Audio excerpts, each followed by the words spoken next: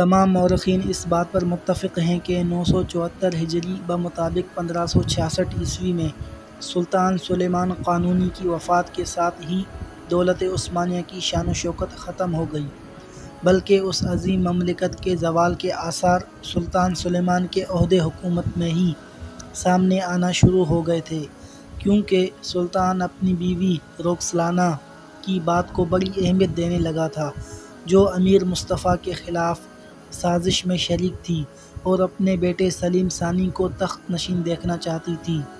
مصطفیٰ یعنی سلیمان کا بڑا بیٹا بہترین سپہ سالار اور سیاسی امور میں کمال مہارت رکھتا تھا، اور ملک کی اکثر آبادی اس کی صلاحیتوں کی وجہ سے اس سے محبت کرتی تھی۔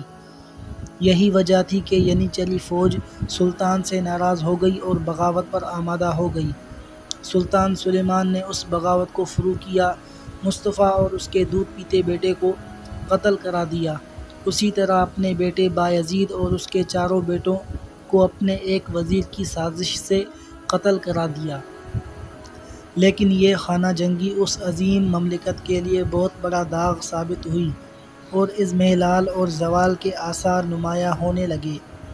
سلیمان قانونی کے دور حکومت میں کمزوری کے جو آثار نمایاں ہوئے، ان میں ایک تو یہ بات تھی کہ سلطان شاہی دربار میں آنے سے اکثر کتراتا تھا، خواتین کے عمل دخل امور سلطنت میں شروع ہو گیا، اقتصادی اور معاشرتی مسائل کا سامنا کرنے سے وہ عاجز آ گیا تھا، جس کی وجہ سے روملی اور اناضول میں فسادات پھوٹ پڑے تھے اور امن و امان کا مسئلہ پیدا ہو گیا تھا۔ سلطان سلیم 9 ربیع الاول 974 ہجری میں سریر آرائے خلافت ہوا۔ وہ اپنے والد سلطان سلیم خان کی فتوحات کی حفاظت کی اہلیت نہیں رکھتا تھا۔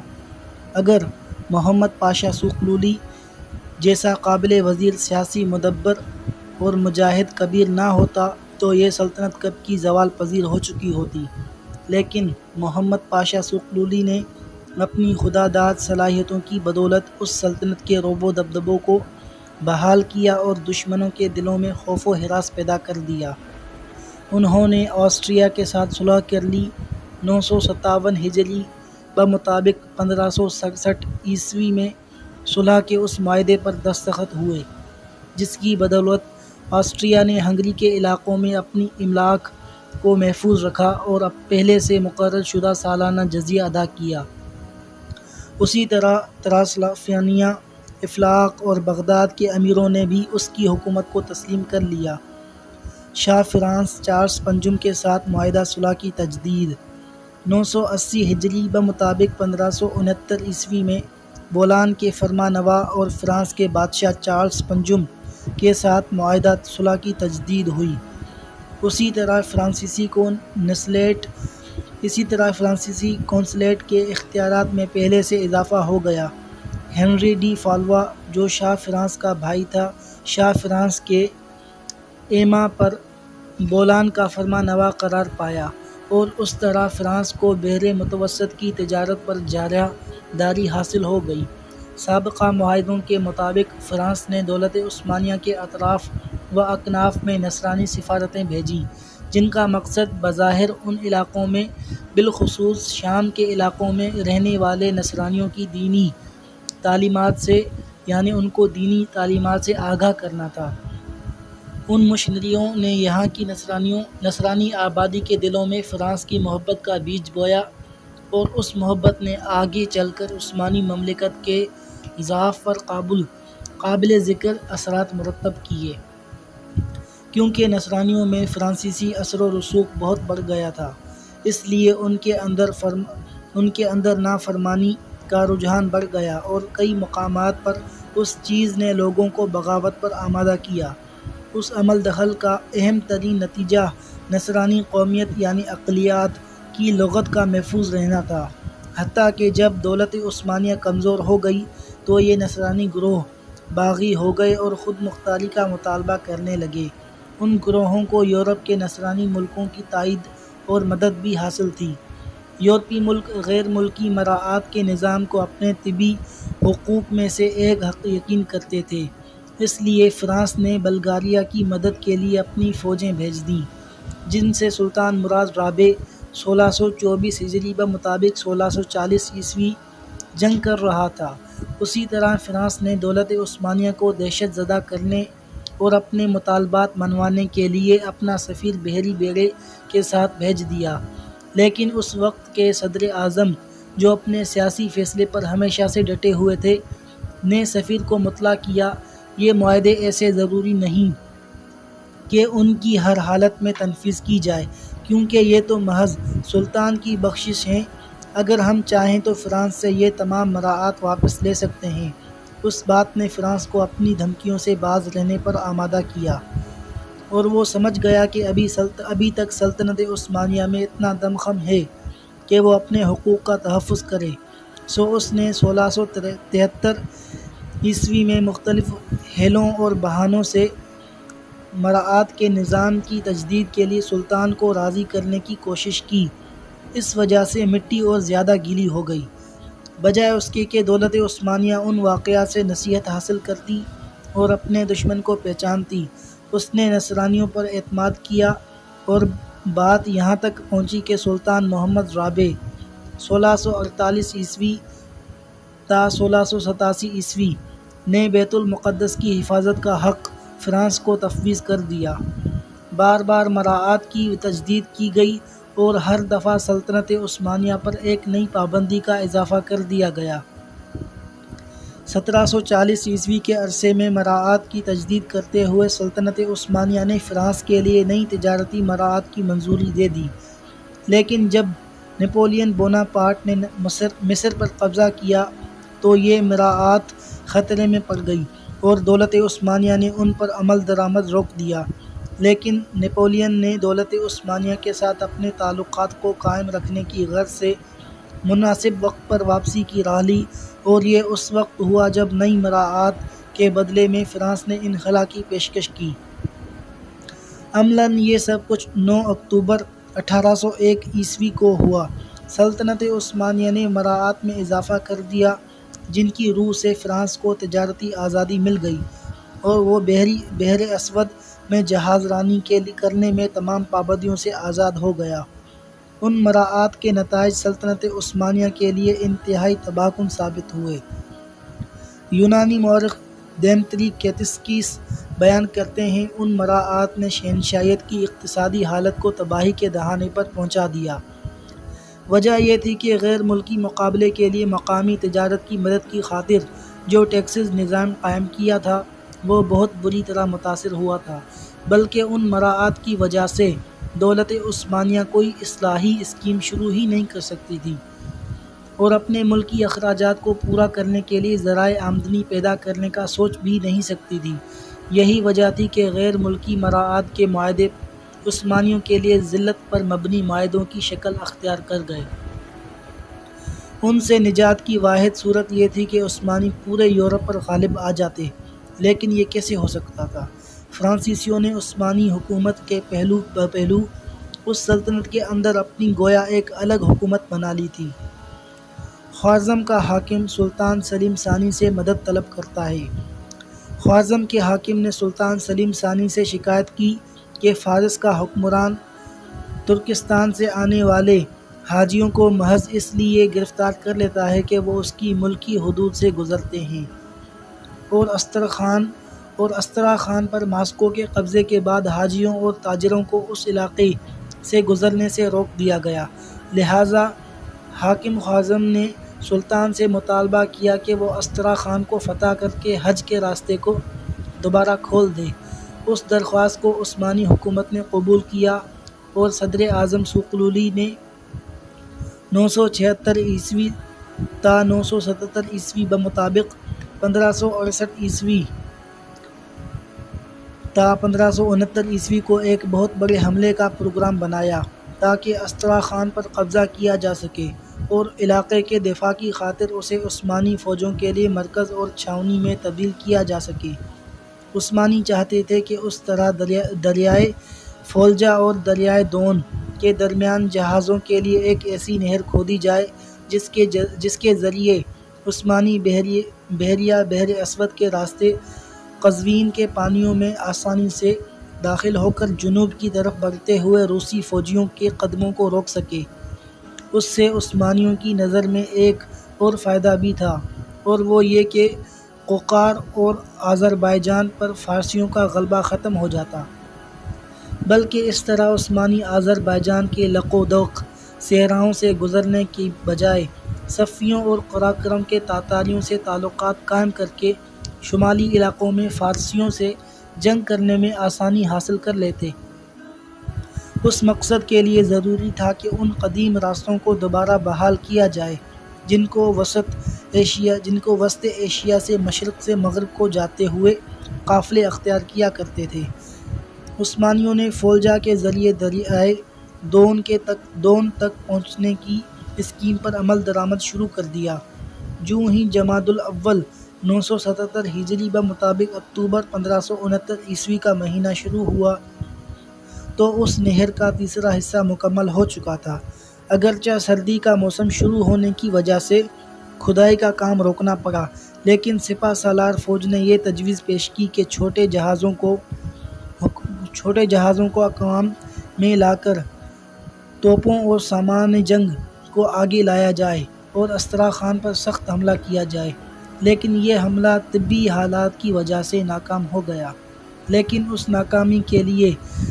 اس ناکامی کے باوجود سوقلولی پاشا نے بعض کامیابیاں حاصل کر لیں، جیسے مولداویا، والاشیا اور پولینڈ کے امراء پر سلطان کا کنٹرول سخت ہو گیا تھا، اور اس وجہ سے دولت عثمانیہ نے بحر اسود کے شمال مغرب کی طرف روسی توسیع پسندی کے رجحان کو مرحلہ وار روک دیا۔ قبرص کی فتح۔ اٹلی اور ہسپانیہ جزیرہ قبرص کی اہمیت کو اچھی طرح سمجھتے تھے۔ یورپ میں یہ بات مشہور ہو گئی کہ سلطان کے خلاف مسیحیت متحد ہو چکی ہے، لیکن جب عثمانی فوجیں قبرص کے ساحل پر اتریں تو عثمانیوں سے بچانے کے لیے کوئی نہ آیا۔ عثمانی فوجیں آگے بڑھیں اور آسانی سے جزیرے میں نفوذ شروع کر دیا۔ صرف فاما جستا کا مضبوط شہر عثمانیوں کے سامنے خم ٹھونک کر کھڑا ہوا۔ اس شہر کے باسیوں کی زمام قیادت باہلیون اور برجادیو کے ہاتھ میں تھی، جنہوں نے عثمانی لشکر کا سامنا کیا جس کی تعداد 1,00,000 تھی۔ عثمانیوں نے اس لڑائی میں اور محاصرے کے دوران وہ تمام ذرائع استعمال کیے جو اس دور میں مروج تھے، مثلاً گوریلا کارروائیاں اور مختلف افواہیں پھیلا کر دشمن کو مایوس کرنا وغیرہ، لیکن شہر کا دفاع کرنے والی فوج مردانہ وار لڑتی رہی اور اس طرح کی کسی کوشش کا ان پر اثر نہ ہوا۔ اگر محصورین کو کہیں سے تھوڑی سی بھی امداد مل جاتی تو عثمانیوں کے لیے بڑے خطرات پیدا ہو سکتے تھے، لیکن بھوک نے کام کر دکھایا اور بالآخر ربیع الثانی 979 ہجری بمطابق اگست 1571 کو شہر عثمانیوں کے حوالے کر دیا گیا۔ قبرص کی فتح کے بعد دولت عثمانیہ نے اناضول کے باسیوں کی ایک بہت بڑی تعداد کو یہاں آباد کیا، جن کے پوتے اس جزیرے میں اب تک مقیم ہیں۔ اگرچہ قبرص کے آرتھوڈوکس عیسائیوں نے جنہیں عرصے سے بلغاریہ کے کیتھولک عیسائیوں کے مظالم کا سامنا تھا، عثمانی حکومت کا بڑی گرم جوشی سے استقبال کیا، لیکن اس قبضے نے کیتھولک حکومت کو بھڑکا دیا۔ اس مہم کے بعد عثمانی بحری بیڑے نے ابنائے نجنی میں لنگر انداز ہوا۔ چونکہ سردیوں کا موسم شروع ہو چکا تھا اور اس موسم میں ہر طرح کی جنگ و قتال کا سلسلہ یہاں بند ہو جاتا تھا، اس لیے لشکر کا زیادہ تر حصہ واپس آ گیا تاکہ اگلے سال مزید مہمات کے لیے تیاری کرے۔ لبانتوں کی لڑائی۔ عثمانی لشکر بحر و بر پر یلغار سے پورا یورپ تھرا اٹھا۔ پوپ پیوس پنجم 1566 تا 1572 نے ایک بار پھر کوشش کی کہ یورپ کے مختلف ملکوں اور ان کی بری اور بحری افواج کو پاپائیت کے جھنڈے تلے جمع کر کے عثمانیوں کے خلاف جنگ کرے۔ لہٰذا اس نے تمام یورپی ملکوں کے نام خط لکھتے ہوئے کہا: ہماری بزدلی کی وجہ سے ترکی سلطنت نے اپنی ملکی حدود کو خطرناک حد تک وسیع کر لیا ہے۔ 979 ہجری کے اوائل بمطابق مئی 1571 ء کو یورپ کے بیوس خامس شاہ ہسپانیہ کے فلپ ثانی اور جمہوریہ بلغاریہ نے ایک معاہدے پر دستخط کیے اور عثمانیوں کے خلاف ایک بحری حملے کا پختہ عزم کیا۔ اس معاہدے میں اٹلی کے کچھ شہر بھی شامل ہوئے کیونکہ پوپ پیوس پنجم نے لوگوں کو اتحاد و اتفاق پیدا کرنے کی تلقین کی۔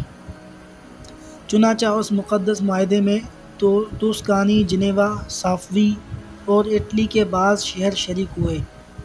پوپ نے فرانس کی طرف بھی خط لکھا اور اس سے مدد طلب کی، لیکن چارلس فہم نے عثمانیوں کے ساتھ معاہدوں کی وجہ سے معذرت کی۔ پوپ نے ان کو دوبارہ خط لکھا، ان تمام معاہدوں کو توڑ دینے کا حکم دیا، اور صرف چند ہی دن گزرے ہوں گے کہ چارلس نے عثمانیوں کے ساتھ کیے گئے تمام عہد و پیمان توڑ ڈالنے کا اعلان کر دیا اور روس کے بادشاہ ایفان کو بھی اس جنگ میں شریک ہونے کی دعوت دی۔ بولان کا حکمران چونکہ کسی حد تک سستی کر رہا تھا، اس لیے ڈون جون نمساوی کو اس مشترکہ فوج کا سپہ سالار منتخب کیا گیا۔ نصرانی معاہدہ کی ایک شق میں یہ الفاظ بھی تھے کہ پوپ پیوس پنجم، شاہ ہسپانیہ فلپ اور جمہوری بلغاریہ ترکوں کے خلاف دفاعی اور اقدامی جنگ کا اعلان کرتے ہیں، تاکہ تمام علاقے جن پر عثمانیوں نے قبضہ کر لیا ہے اور تیونس، الجزائر اور طرابلس کے علاقے بالخصوص ان کو ان سے واپس لینے کی ہر ممکن کوشش کی جائے۔ ڈون جون بحری ایڈریاٹک کی طرف چل دیا، حتیٰ کہ وہ خلیج کورنتھ کی تنگنائی تک پہنچ گیا، جو باتراس کے قریب واقع ہے۔ یہاں سے لبانتو کچھ زیادہ دور نہیں تھا۔ اسی مناسبت سے اس معرکے کا نام جنگ لبانتو رکھا گیا۔ اسلامی بحریہ کے قائد کی رائے یہ تھی کہ خلیج کے استحکام کو کام میں لایا جائے اور صلیبی بحریہ سے کسی حد تک احتراز کیا جائے، لیکن بحری و بری لشکر کے سپہ سالار اعظم علی پاشا نے اپنے جہازوں کی عددی برتری پر اعتماد کرتے ہوئے دو بدو لڑائی کرنے کا پختہ ارادہ کر لیا۔ علی پاشا نے اپنی فوجوں کی تنظیم کی اور اپنے جہازوں کی ایک ہی طریقے سے شمال جنوب کی سمت ایسی صف بندی کی کہ میمنہ لبانتو کی بندرگاہ تک پھیل گیا اور میسرہ سمندر میں دور تک چلا گیا۔ پوری بحریہ 3 حصوں میں تقسیم ہو گئی، میمنہ، میسرہ اور قلب۔ علی پاشا خود قلب لشکر میں تھا، سیرو کو میمنہ پر، جبکہ میسرہ کی کمان قلج علی کے ہاتھ میں تھی۔ نصرانی سپہ سالار نے بھی اپنی بحریہ کو مسلمانوں کی بحریہ کے مطابق ان کے بالمقابل منظم کیا۔ اس لشکر کے میمنہ کی قیادت دوریا کر رہا تھا، اور اس طرح یہ قلج علی کے مقابلے میں تھا۔ اس کے میسرہ کی قیادت بربریجو کر رہا تھا، اور یہ سیرو کا مد مقابل تھا۔ ڈون خود علی پاشا کے مقابلے میں قلب میں تھا۔ یورپیوں نے سینٹ کروز کی قیادت میں جہازوں کو احتیاطی دستہ ریزوں میں چھوڑ دیا تھا۔ معرکہ کارزار کا گرم ہوا 17 جمادی الاول 979 ہجری بمطابق 17 اکتوبر 1571 عیسوی کو جنگ چھڑ گئی۔ اسلامی بحریہ نے مسیحی بحریہ کو اپنے محاصرے میں لے لیا۔ عثمانی سپاہ دشمن کے جہازوں پر پل پڑے۔ معرکہ کارزار خوب گرم ہوا۔ فریقین نے شجاعت و بہادری کے خوب جوہر دکھائے، لیکن مشیت خداوندی مسلمانوں کو اس جنگ میں شکست کا منہ دیکھنا پڑا۔ 30,000 جنگجو اور ایک روایت کے مطابق 20,000 مجاہدین زندگی کی بازی ہار گئے۔ 200 جنگی جہازوں میں سے 93 جہاز غرق آب ہوئے، اور جو باقی بچے ان پر دشمن نے قبضہ کر لیا، جنہیں نصرانیوں کے متحد بحری بیڑے میں تقسیم کر دیا گیا۔ 10,000 افراد کو نصرانیوں نے گرفتار کر لیا۔ قلج علی اپنا جہاز نکال لانے میں کامیاب رہا، بلکہ اس نے دشمن کے بعض جہازوں پر قبضہ بھی کر لیا۔ ان میں سے ایک جہاز پر پوپ کا علم لہرا رہا تھا۔ قلج علی ان جہازوں کو لے کر استنبول لوٹ آیا۔ اگرچہ مسلمانوں کی شکست کی وجہ سے لوگ بہت پریشان تھے اور یہ تلخی بہت شدت سے محسوس کر رہے تھے، لیکن انہوں نے قلج علی کا اس طرح استقبال کیا جس طرح کہ ایک فاتح کا استقبال کیا جاتا ہے۔